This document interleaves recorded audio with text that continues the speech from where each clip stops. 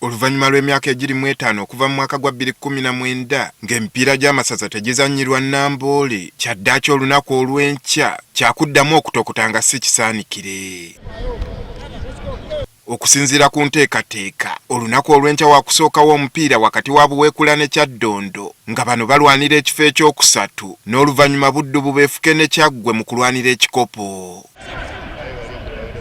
Tiimu ya Kyaggwe ne Buddu eziri ku Fayinolo zeegezesezzaamu mu kisaawe ky'e Namboole okukimanyiira nga tebannasamba mupiira gwa nkya. Abatendesi n'abazanyi b'enjuuyi zombi batutegeezezza nti wadde bali mu kisaawe ekiri ku mutendera gw'ensi yonna, kino tekigenda kukosa nzannya yaabwe. Tukubayo okuba omupiira wala tusamba omupiira nga tuguze batukuba amabega paka tugutuusa mu maaso.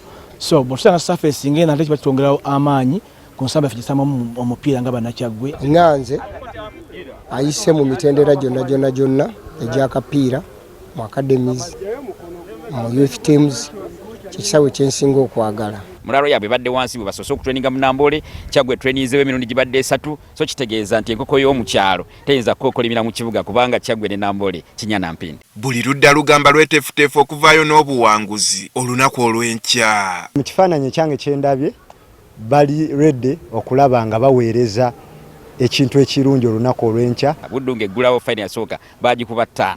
Kati bwe bangeddamu okuggulawo kuba babadde bakirinovatinga kiwedde baddamu era okuggulawo ku ly'amasaza era manja ziyinza okuba 5. Kale okay, tuyinza okubawa ekitiibwa kubanga bawangudde ekikopo kino emirundi 2 ffe tunakiwangula, zijja kuba kale 3. Payasi Sebulime kapiteeni wa Buddu alabudde bannakyaggwe okujja nga beeteeseteese kubanga baakufuna ebirooto eby'entiisa ku mulundi gwabwe ogusoose ku Fayinolo. Ssaza lye tuzannya gwe mulundi gwali ogusoose okutuuka ku finals omwaka guno, era nze kye neekakasa nti tugenda bakwata n'obuvunaanyizibwa ng'engeri gye tuli nti ffe tumanyidde finals. Kyokka yeggaganga Jofule kapiteeni wa Kyaggwe onaamusekeredde. Ebisaawe ebisinga mu sport yonna, even if it is not football, omuntu waba yeeteeseteese bulungi, tekiriiko level ya game, tekiriiko kujja oba kusookawo, kasita oba nga weeteeseteese bulungi nze ndowooza oba ready okufeesinga buli kintu kyonna ate toba na pressure. Dungu Simon omutendesi wa Buddu agamba nti bali bulindaala okulaba nga bafuna obuwanguzi.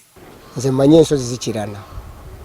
Bwe tebakunja miti oba oliawo naffe tulina bye tukunja naye ng'ate tubisirikidde.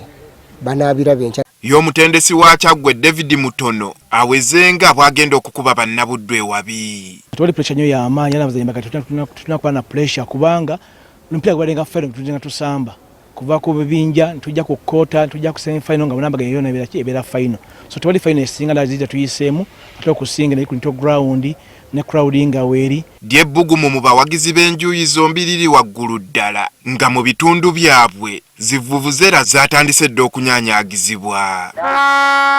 Kyaggwe Buddu muliro bagiyita Buddu mu nnyango tujja tulabe Buddu weewuttula weefukamiza tugenda okuswaza Kyaggwe olunaku lw'ekyati muli baana bato masaza makya saa 11:12 egaali zitandika okwambuka ekibuga nekusanyuka nnyo kubanga bayinza okusanyuka enyaale ne bayisaawo bafuna obuzibu mu makubo.